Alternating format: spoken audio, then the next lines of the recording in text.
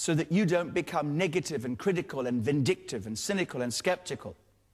He is forbidding the wrong kind of judging. He's warning us against the critical attitude which condemns other people, which feels superior, which feels self-righteous. It is a self-righteous thing. Remember the story of the Pharisee who considered himself righteous, and yet he looked down on everybody else. He was proud and arrogant.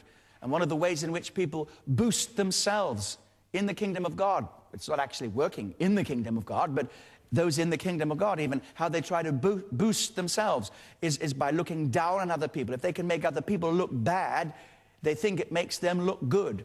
But if you make somebody look bad, God sees it as you making yourself look bad.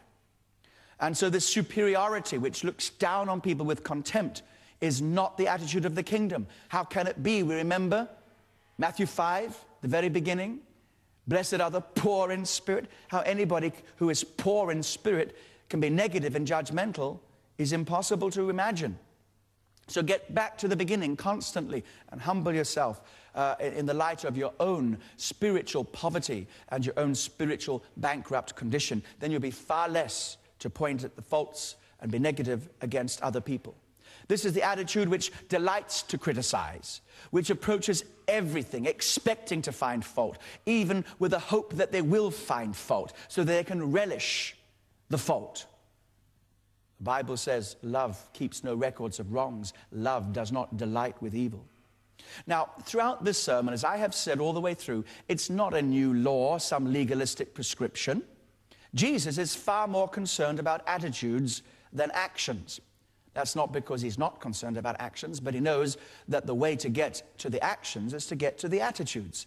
And if your attitudes are right, your actions will be right. Can you see how every one of these actions that we're talking about flows from the attitudes, the blessed attitudes, the beatitudes that we read in the very beginning?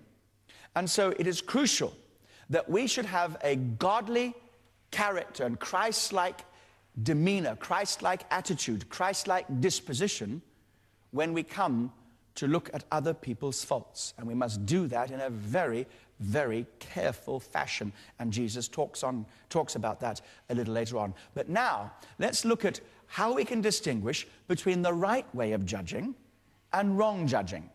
It'd be very good to look at that so we know when we're going into the wrong area. First of all, judging is wrong when it's done in a negative and critical way. Any criticism is sinful. The criticism is sinful. No matter whether the criticism is accurate or not, the criticism is sinful when the motive is to tear down and not to build up.